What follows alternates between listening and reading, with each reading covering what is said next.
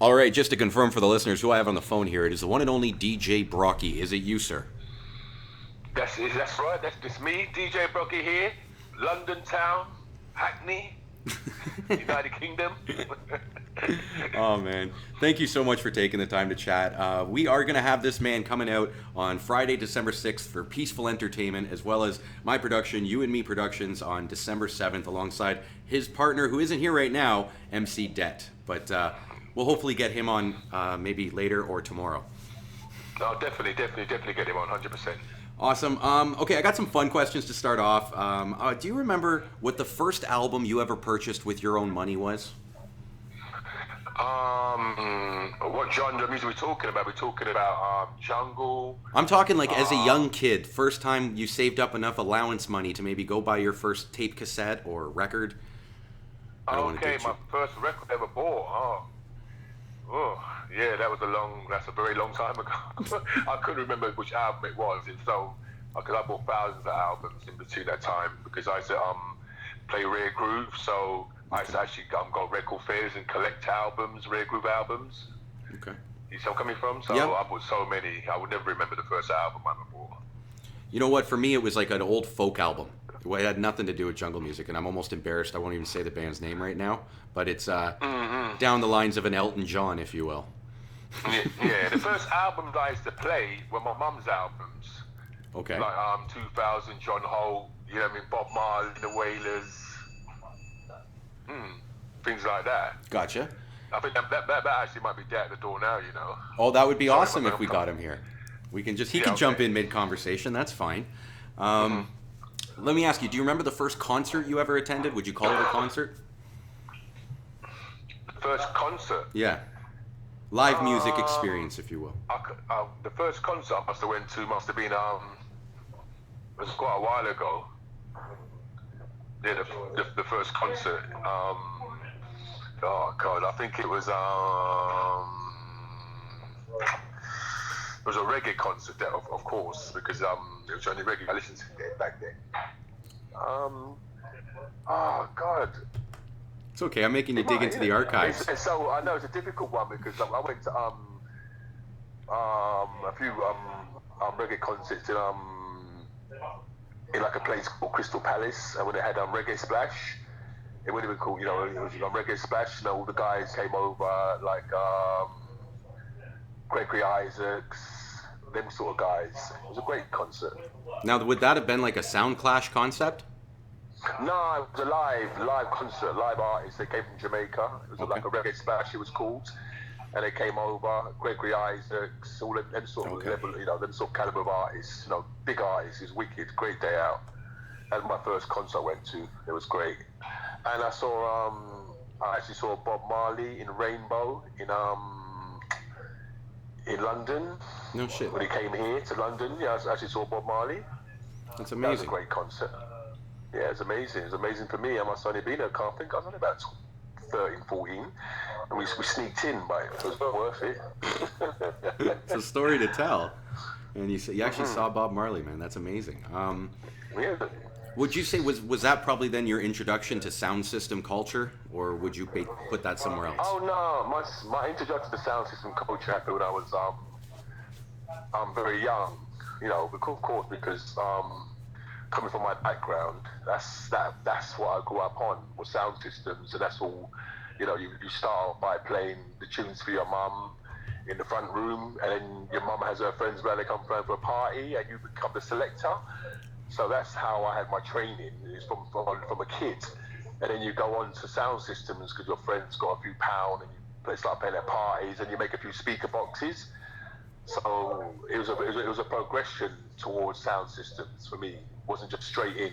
You know, I learned the way that most kids at my age at that time learned from, you know, my parents were from the Caribbean, so it was always playing for your family first, and then your friends, and you might have a little party. And then that's how I learned, really, my trade.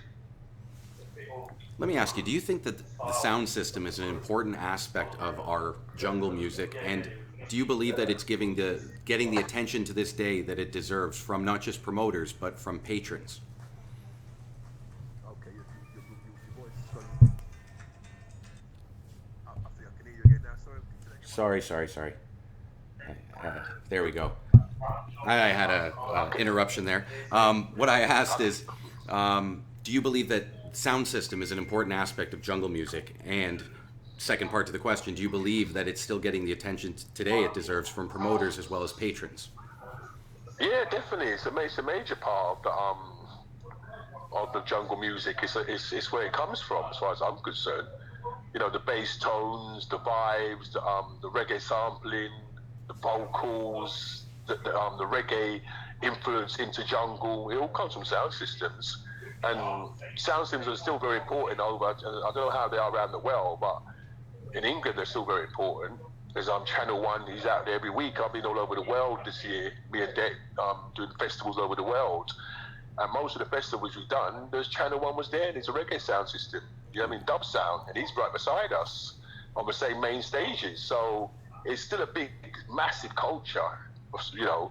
And how can it not be? That's the roots and the backbone of a lot of music is sound systems. You can't get rid of that. That has to stay there.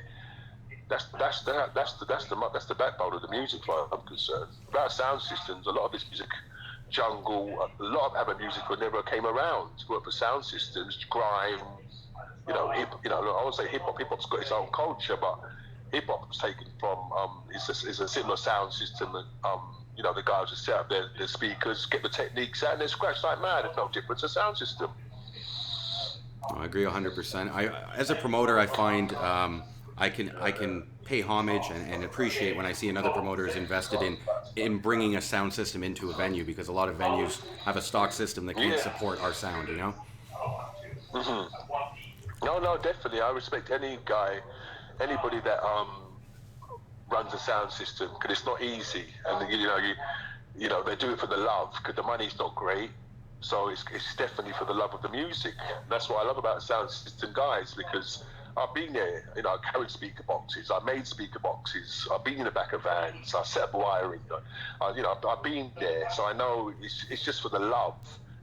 Because financially, it's not great, but it's a bit more better now financially. If you're a top like Channel One or Shaka, these guys like in the dub world are known all over the world, so they get booked on that level.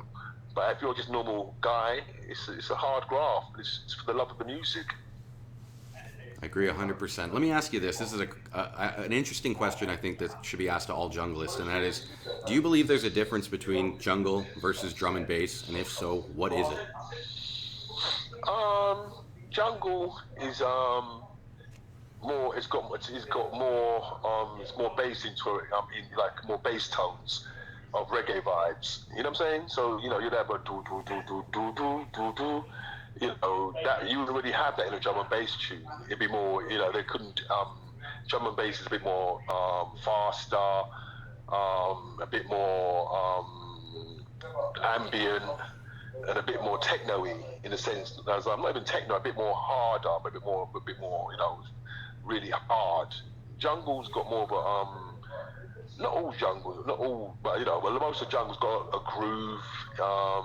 It's got a lot of sampling from reggae influences, hip hop influences, rare groove. Jungle samples from everything just to make a vibe. B&B could be just beats. Drum and bass can just be actually just drum and bass, no vocals, and just drum and bass. You can't do that. Jungle is a vibe, more bass tones. It gives you that feeling, of a reggae sort of vibe. That's to me anyway. To me, jungle's more of a reggae thing. You know what I mean?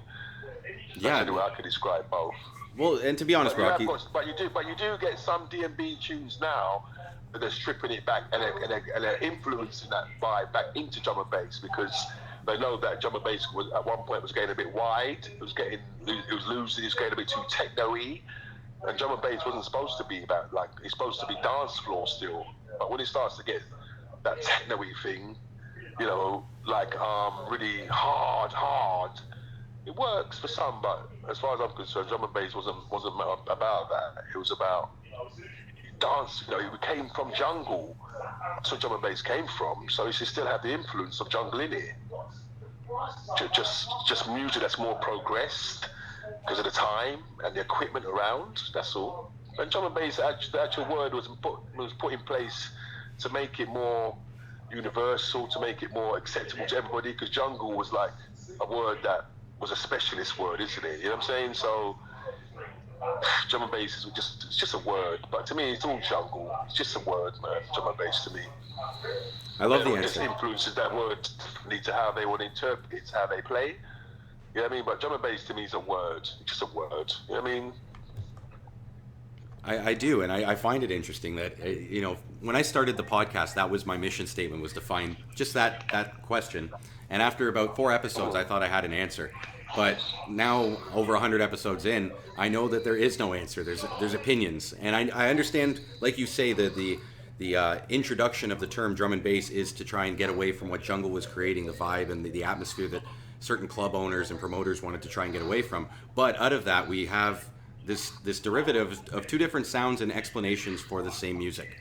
And that's right. I loved hearing you that's sum it up. All right, let me ask you this: who inspired you? You say as a child you got on you were on the turntables in front of your mom as a selector. Who inspired you to want to do that? To be a drum and bass DJ, jungle DJ. Yes. Okay, jungle, yeah. Yeah.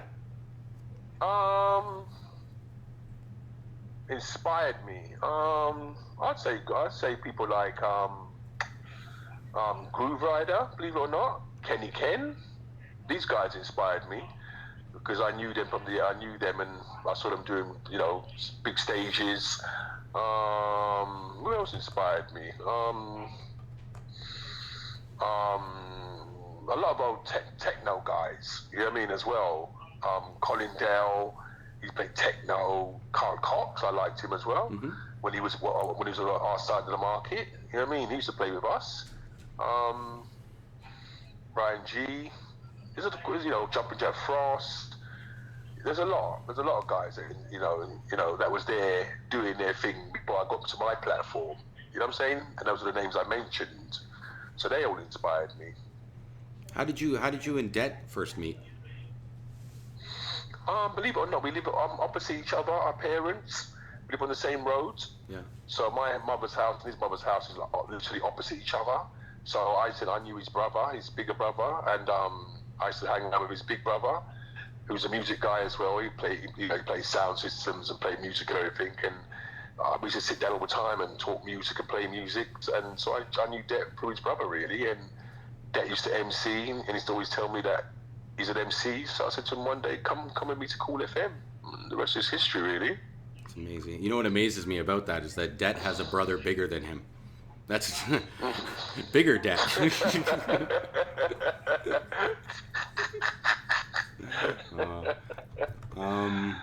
Let me ask you, what changes have you noticed throughout the years? Like from the day that you entered the scene to where we are today, what are some of the biggest changes you've noticed? The biggest change that I've really noticed is that there's a lot of what's the word? Division. And like where you'll have divisions within the scene where you got like all different markets. One before was all one market, it was all one thing, but now you have the sub focuses and the Wilkinsons, they're sort of guys on doing their thing. Then you have Hold on, you're cutting out there, Brockie. Nothing. Like so you got so and then it's just divide really, which I don't really like. You know what I'm saying? And then you get like because of the divide, you get like a few artists who might be doing mainstream things that came through us because of the divide. I think they're better than us, and it actually shows because they don't try to help other people, other artists. It's all like it's just me now. I'm in the commercial world and I got a manager and I got this and I got that and I'm gone now. I'm not playing. I'm not doing them parties no more. Nah, I don't care about those parties no more. I'm better than that now. No, those parties help make you, mate. Don't forget that because you wasn't talking like that before. So things like that. I just thought that's people change and just divides, and to me that's what I personally don't like, because as far as I'm concerned, we're all equal. We're all on the same page. It's all about music. It shouldn't be about egos and who's got the biggest agent and my name's on top of your name on the flyer and all that crap. You know what I mean? It's just petty. But because the scene has entered into this business market world, you know, everything's business, business, business. You know what I mean? What about the music? It's just business. You know, the DJ wants to play records, but the other side of people want to make sure his name's in the right place, which is cool. I get it all, but at the same time, it's you know, he can't play at this party. No, he can't do that party. No, he can't do that party. It's like, come on, man. You're only starving the kids that want to hear the music. It's just wrong, but it's just the way the way it's turned, isn't it? The internet has made the scene into a business place more than it used to be. Before it was more about the beauty of the music. Now it's just like business. I can agree with you profoundly. And I think social media perpetuates that a lot too. It's like, well, I got more followers than that guy. You know, more people are listening to me because I got more people following me on Facebook. Can you? Yeah, that's right. I mean, it's just the world. You know, if you don't join in, you're going to be left behind. So you have to join in, man. That's just the way of the world, isn't it? You know, if you want to continue to play in your music on a certain format and don't step up to the new format, you will be left behind. And you can cry as long as you want about it's all about techniques and DJs shouldn't use USBs, all that stuff. But you go to 90% of the clubs, they got CDJs, so you're there crying about it, you know, which I fully understand. But a lot of people don't move with the times, and then they just moan. Move with the times, man. Simple as that. How I see this. You know what? And the logistics. I'm from techniques, so for me, I can say this because that's where I come from. And I've done more years on techniques than I have on CDJs, so I can say that. But at the same time, you have to move with the times, and that's the same with being an artist into 2020. You can't be. You have to move with what's going along, and then social media is a major part of artists, like it or not. And if you don't take care of it, you'll have a team that will, or a manager, or you know. So you just have to move with it and don't fight against it. A lot of artists fight against that, and that's what's happened. The changes I've seen in the scene on that level of how you can't just be a straightforward DJ no more and just think, oh, I just want to play music and show people how great a DJ I am. You have to have more than that now. You've got to have a lot more, and if you haven't, it's going to be very difficult. Which is a shame, because you've got some great DJs out there who are never going to get the chance because they haven't got the rest behind them. I get you. Let me ask you this: where did the name Brockie come from? Where did you get that? Believe it or not, that come from school. I used to leave school. They used to call me Brock up because I used to go out and I used to get smashed. You know, it's young in it, so I used to go out and have a good time. And they said, "You always Brock up." I'm like, damn right, that's what going out was about, isn't it? And then over the years, don't ask me how, it just turned from Brock up to Brockie. I don't know how it happened. And everyone just called me Brockie, and that's what it's been all my life, basically. So that was it, really. It used to be Brock up, because I was always smashed, and then it just turned to Brockie over the years. Well, and but I'll give you a story that when I was first going to do my first flyer, I haven't been on the flyer yet, so we're working out how to spell my name, and I just spell it, Brockey. And then my friend said to me one day, "That doesn't look good on a flyer. It looks weird." So he said, "Why do you do IE?" I thought, "Oh yeah, that looks better, innit? It looks nice and straight." So that's how it got to be spelled that way. And then Dec, as you know, spells it out to everyone, so that everyone knows how to spell it. So yeah, just in case you forget. Yeah, crazy shit, man. The first time I actually heard your name spelt out live was by Shaba, and it was Soundclash 2 here in Toronto. Mm-hmm. And I remember it. He went, "Motherfucking Brockie, S with an HAVV, A with a D, hold tight catty cat because he's beside of me. Canada, are you ready?" Yeah, that was one of the great days, man. It was a fun party. Days. Fun party. Yeah. Okay, I've got that's why I'm looking forward to for me and Dec coming to Toronto and Canada. We've been for quite a while, yeah. And at one point we was coming there minimum once a month, sometimes even twice in a month. We were coming there so much, and I think the last time I was there was with Hazard. That must have been about 8, 9 years ago, I think. Long time ago. Last time I was there. So I'm really looking forward for this. You know what I'm saying? We're looking forward So I'm for it. really, I've been yeah, man. I'm I've been really trying to looking throw forward this to it. party for about 10 years, and even one of the guys who's going to be spinning, when he saw that I finally booked it, he said, "Congratulations, Aaron, you're doing the party you've wanted to do for 10 years." And I cannot wait to have you guys out here. I'll wait till I talk to Det to ask about his name. I got some fun questions to end off. You know, if you want to speak to him, you know, Det's here, you know, I can call him if you want to speak to him. Well, yeah, if you want to get him over, sure. Yeah, you want to call him now? You know what? Hold on. Let me finish off with 2 questions for you, and then I'll call him. Okay? Okay. Okay. So, if you No, could, I ain't got to call him. I put him on the same line. you want to. Well, the thing is, I can't stop recording. But if you want, here we can go live while you're doing that. I can. If you want to try and get him on the line here, that would be cool. Yeah. Or I can after the conversation, I can hang up and I'll call you back. And I'll give you 5 minutes, or you call me back. But Det's here now. Okay. So let's hear. I'll just do the 2 questions with you. I'll hang up, and then I'll call you back, and I'll talk to Det. Okay then. Okay? Okay. All right. Okay. Are you familiar with Mount Rushmore, the 4 faces carved into the rocks? No. Okay, so in the United States, they have basically a monument where there's 4 presidents' faces carved into the stones.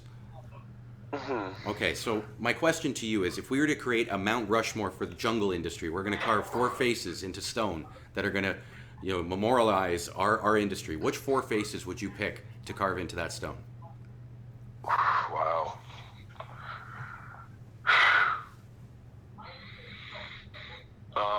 That's a hard one, boy. Steve Hyper D, Yes. without a doubt, he gets to be in there.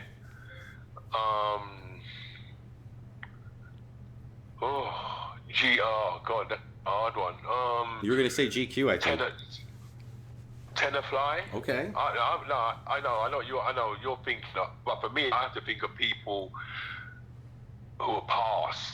Okay. If you're going to have your face immortalized, you can't. To me, I know it might sound mad, but you have to be past for me. Okay. I'll respect that. Because that's how we keep you alive. You know what I'm saying? Yep. So, if it's someone that's living today, I like your thinking to the soldiers that have passed. You're not the first one to do that. Yeah, because to me that's the people that was there. They lost their lives for this music. Some of them, like Kemi, lost her life, on the motorway for this music. She was coming from a gig, and a few other artists as well. So, for me, it's all about them. It's not about the living. The living's, we're out here doing our thing. They're watching us, so they deserve that. To me, that's what keeps them alive. It keeps their names going. It keeps their spirit. You know what I'm saying? So, You were talking. So I just want to be who clear. else? You're talking about chemistry there, right? Yeah. Yeah. Okay. Yeah. So, who else would I say? You got one more. So we've got. I just want to be clear. Tenor Stevie, No, chemistry, Yeah, I know. Yeah, and I'd say Eastman Kool FM. Eastman. Because he's been carrying the torch for 28 years doing a pirate radio station for this music. 28 years straight. Longest station in the world, ever. So Eastman, to me, is a major part of this music. And because he's been the one carrying the torch for a long time on the pirate level, and I'm part of that. So That's I amazing. got this Eastman Kool FM, 28 years. You know what? Before I let you go, let me ask you: how did you get hooked up with Eastman and Kool FM in the first place? Because you've been on there forever too. How did I get involved? Yeah. How did you first get on there? Oh, because Eastman's my friend, and we're from sound system days. I know Eastman before jungle, before techno, before hardcore, anything, from reggae, from dub. And that's why he's called Eastman Sound. He actually had a sound, he used to play out, and I was part of that sound system. So, of course, it was progression. So he came to me one day, talking about some radio station, and I was playing more techno in them days. He's like, "Do you want to come play some techno on there?" I'm like, "All right then." Then they just went from there. But basically, I got on there because the guys are my friends, they're all my mates. So I was already part of it anyway. You know what I mean? That's why I've been there from the first day. Because the people that all run it are all my friends. Like before any of this music was even thought of, they were my friends. It's amazing how that works my out. friends. Amazing how all you friends ended up being amazing musicians as well. Amazing how that works out. I know, yeah, it's amazing. Only because you had the right people behind me. We all believe in the same thing. You know, Eastman could have been a guy that wanted to do a station the last 3 years and he went and done something else. But he believed in the music. He loves music. And he's passionate about music as how I'm passionate about it. So that's why 28 years down the road, he's still there and I'm still there because we love music. That's the bottom line. We love what we're doing. We just love music.